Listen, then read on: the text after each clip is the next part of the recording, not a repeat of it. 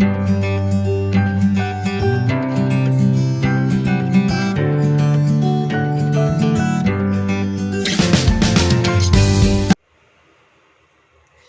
ഇന്ന് നമ്മൾ പരിപ്പ് കറിയാണ് ഉണ്ടാക്കാൻ പോകുന്നത്. നമ്മുടെ ഓണം സീരീസിലെ ആദ്യത്തെ ഡിഷാണ് പരിപ്പ് കറി. നമ്മുടെ നാട്ടിലൊക്കെ പരിപ്പാണ് ആദ്യം. സദ്യ എന്ന് പറയുമ്പോൾ ആദ്യം നമ്മുടെ പരിപ്പും പപ്പടവും, അത് കഴിഞ്ഞിട്ടേ ഉള്ളൂ ബാക്കിയെല്ലാം. നീ വടക്കോട്ടൊക്കെ എങ്ങനെയാണെന്ന് എനിക്കറിയില്ല. അപ്പം ഇന്ന് നമ്മൾ പരിപ്പ് കറി ഉണ്ടാക്കാൻ പോകണം. അപ്പോൾ എന്തൊക്കെയാണ് വേണ്ടതെന്ന് നോക്കാം. അപ്പോൾ എന്തൊക്കെയാണ് വേണ്ടതെന്ന് പറയുന്നതിന് മുമ്പ് ഒരു കാര്യം കൂടി പറഞ്ഞോട്ടെ. ഞാൻ കുറേ നാളായി വീഡിയോ ഒക്കെ അപ്ലോഡ് ചെയ്തിട്ട്, കാരണം പനിയായിരുന്നു. ഒരു 1.5 ആഴ്ചയായിട്ട് എനിക്ക് മക്കൾക്കൊക്കെ മാറി മാറി പനി വന്നുകൊണ്ടിരിക്കുകയാണ്. ഇപ്പോഴും മാറിയിട്ടില്ല, ഫുള്ള് മാറിയിട്ടില്ല. ഞങ്ങൾക്ക് എല്ലാവർക്കും ഇങ്ങനെ കൂടിയും കുറഞ്ഞിരിക്കാൻ മരുന്ന് കഴിക്കുന്നുണ്ട്. അപ്പോൾ നേരത്തെ ഒന്നും ഒരു തരത്തിലും വീഡിയോ എടുക്കാൻ പറ്റാത്തൊരു അവസ്ഥയായിരുന്നു. അപ്പോൾ നിങ്ങൾ സപ്പോർട്ട് ചെയ്യുക, പഴയതുപോലെ തന്നെ സപ്പോർട്ട് ചെയ്യണം കേട്ടോ. ഇനി നമ്മളുടെ വീഡിയോ ഉണ്ടാവും. എൻ്റെ ആരോഗ്യസ്ഥിതി അനുസരിച്ച് വീഡിയോ ഇടുന്നതാണ്. അപ്പോൾ നിങ്ങളെല്ലാം കാണണം, സപ്പോർട്ട് ചെയ്യണം. അപ്പോൾ ഓണത്തിൻ്റെ എത്ര റെസിപ്പി നിങ്ങളെ കാണിക്കാൻ കഴിയുമെന്ന് എനിക്കറിയില്ല. പറ്റുന്നിടത്തോളം ഞാൻ കാണിക്കുന്നതാണ്. അപ്പോൾ നമുക്ക് റെസിപ്പിയിലോട്ട് കിടക്കാം. അപ്പോൾ നമ്മുടെ പരിപ്പ്,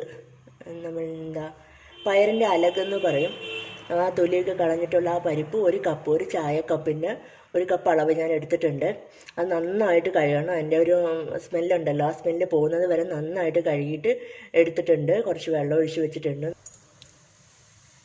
ചിലരൊക്കെ ഇത് വറുത്തിട്ടാണ്, ഈ പരിപ്പ് വറുത്തിട്ട് ആണ് കഴുകി വേവിക്കുന്നത്. ഞാനിപ്പോൾ അത്രയും മെനക്കെടുത്തില്ല, അതുകൊണ്ട് ഡയറക്റ്റ് വേവിച്ചെടുക്കുകയാണ് ചെയ്യുന്നത്. അപ്പോൾ അത് നമുക്ക് മാറ്റി വയ്ക്കാം. ഇനിയിപ്പോൾ അതിൻ്റെ കൂടെ എന്തൊക്കെയാണ് വേണ്ടതെന്ന് നോക്കാം. ഇതിപ്പോൾ ഒരു മുറി തേങ്ങ ചിരവി എടുത്തിട്ടുണ്ട്. അതിൻ്റെ കൂടെ കുറച്ച് കറിവേപ്പില, 2 പച്ചമുളക്, പിന്നെ ഒരു 5 അല്ലി വെളുത്തുള്ളി, 1 ടീസ്പൂൺ cumin സീഡ്, നമ്മുടെ ജീരകത്തിൻ്റെ പൊടി വേണമെങ്കിൽ ചേർക്കാം കേട്ടോ. പിന്നെ വേണ്ടത് 1 ടീസ്പൂൺ മഞ്ഞൾപ്പൊടിയാണ്.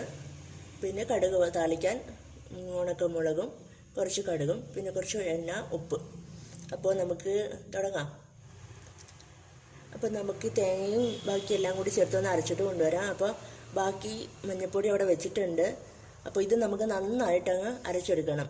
അപ്പോൾ ജീരകം ചേർക്കുമ്പോൾ അധികമായി പോവരുത്. ജീരകത്തിനേക്കാളും ഇത്തിരി മേലേലായിരിക്കണം വെളുത്തുള്ളി ഇടേണ്ടത്. എന്നാലേ ആ കറക്റ്റ് ആ ടേസ്റ്റ് ബാലൻസ് ആവത്തുള്ളൂ.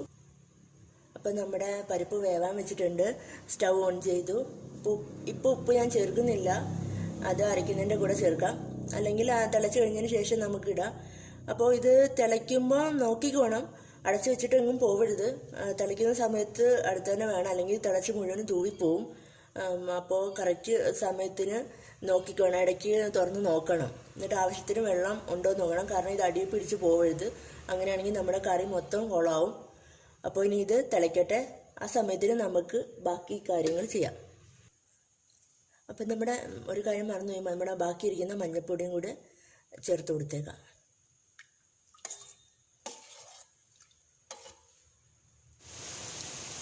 അപ്പം നമ്മുടെ പരിപ്പ് നന്നായിട്ട് തിളച്ചിട്ടുണ്ട്. ഞാൻ കുറച്ച് വെച്ചു, ഇനി ചെറിയ തീയിലിരുന്ന് വേവട്ടെ. പരിപ്പ് നന്നായിട്ട് വെന്തിട്ടുണ്ട്. ഇത് കുക്കറിലാണെങ്കിൽ 1-2 വിസിലിനുള്ളിൽ തന്നെ വേവ് കേട്ടോ. അപ്പോൾ ഇനി നമുക്ക് അരപ്പ് ചേർത്ത് കൊടുക്കാം. അരപ്പ് കാണിച്ചില്ലല്ലോ, ഇത് ഞാൻ നന്നായിട്ട് അരച്ചെടുത്തിട്ടുണ്ട്. അപ്പോൾ അത് നമുക്ക് ചേർത്ത് കൊടുക്കാം. അപ്പോൾ വെള്ളം കുറച്ച് അരയ്ക്കണം കേട്ടോ, കാരണം വെള്ളം അധികമായി പോകരുത്. പരിപ്പെന്ന് പറഞ്ഞാൽ ഒരു കുറുകിയ പരുവത്തിലാണ് വേണ്ടത്. ചോറിലൊക്കെ ഒഴിക്കുമ്പോൾ അങ്ങ് ഒഴുകി പോവാത്ത രീതിയിൽ വേണം.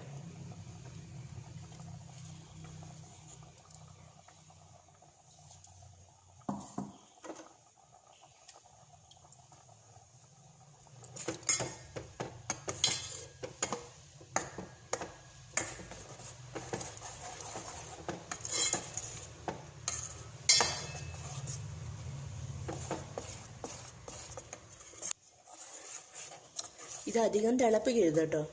നമ്മൾ കുറച്ച് നല്ല ചൂടാവുന്ന വരെ ഇളക്കി കൊടുത്തോണ്ടാൽ മതി. കാരണം ഈ അധികമുള്ള വെള്ളമെല്ലാം വറ്റണം. നമ്മൾ ചോറിലൊഴിക്കുമ്പോൾ നല്ല കുറുകിയ ഒരു പരുവത്തിൽ വേണം പരിപ്പ് ഒഴിക്കാൻ. അപ്പോൾ ആ ഒരു പരുവാകുന്നത് വരെ നല്ല ചൂടായാൽ മതി. അധികം തിളയ്ക്കണ്ട. തിളച്ച് കഴിഞ്ഞാൽ ചിലപ്പോൾ ചീത്തയാവുന്ന ഒരു സാധനമാണിത്. അത് നമുക്ക് അധികം നേരം വെച്ചേക്കാൻ പറ്റത്തില്ല, ചീത്തയായി പോവും. അപ്പോൾ ഇളക്കി കൊടുക്കുക. നല്ല ചൂടാവട്ടെ. ഈ വെള്ളമൊക്കെ ഒന്ന് വറ്റി കുറുകി വരട്ടെ. അതുവരെ വെയിറ്റ് ചെയ്യാം.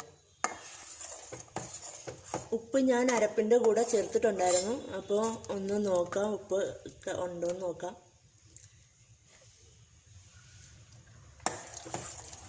കുറവാണ്. അപ്പോൾ കുറച്ചുകൂടി ചേർത്ത് കൊടുക്കാം. അപ്പോൾ നിങ്ങൾ ആദ്യമായിട്ടാണ് കുക്ക് ചെയ്യുന്നതെങ്കിൽ കുറച്ച് ഉപ്പേ ചേർക്കാവുള്ളൂ ആദ്യം. കാരണം പിന്നെ വീണ്ടും വേണമെങ്കിൽ ചേർക്കാം. അധികമായിപ്പോയാൽ നമുക്കൊന്നും ചെയ്യാൻ പറ്റത്തില്ല.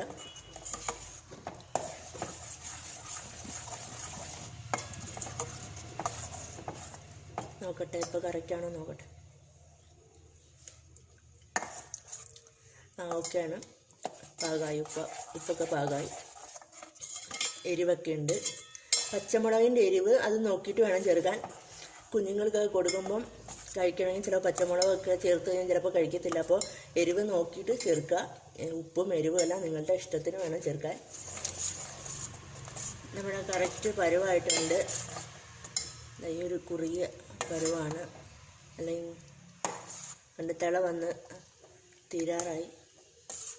ഈ കുറുകിയ പരുവാകുമ്പോൾ നമുക്ക് ഓഫ് ചെയ്യാം. ഇനി നമുക്ക് കടുക് താളിക്കാം.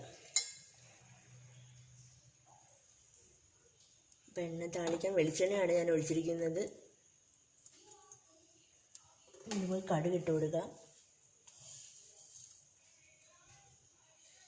സൂക്ഷിച്ച് വേണം.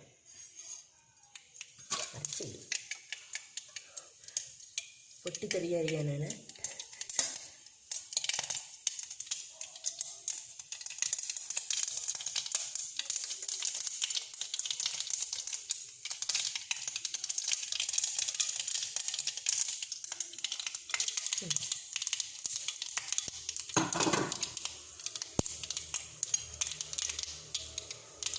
പിന്നെ നമ്മുടെ വറ്റൽമുളക് ഇട്ട് കൊടുത്തേക്കാം.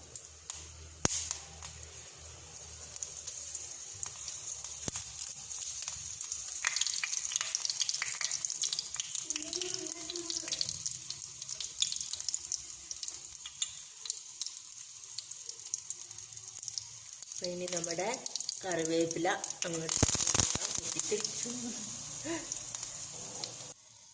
നമ്മുടെ താളിച്ച് അങ്ങോട്ട് ഒഴിച്ച് കൊടുത്തേക്കാം.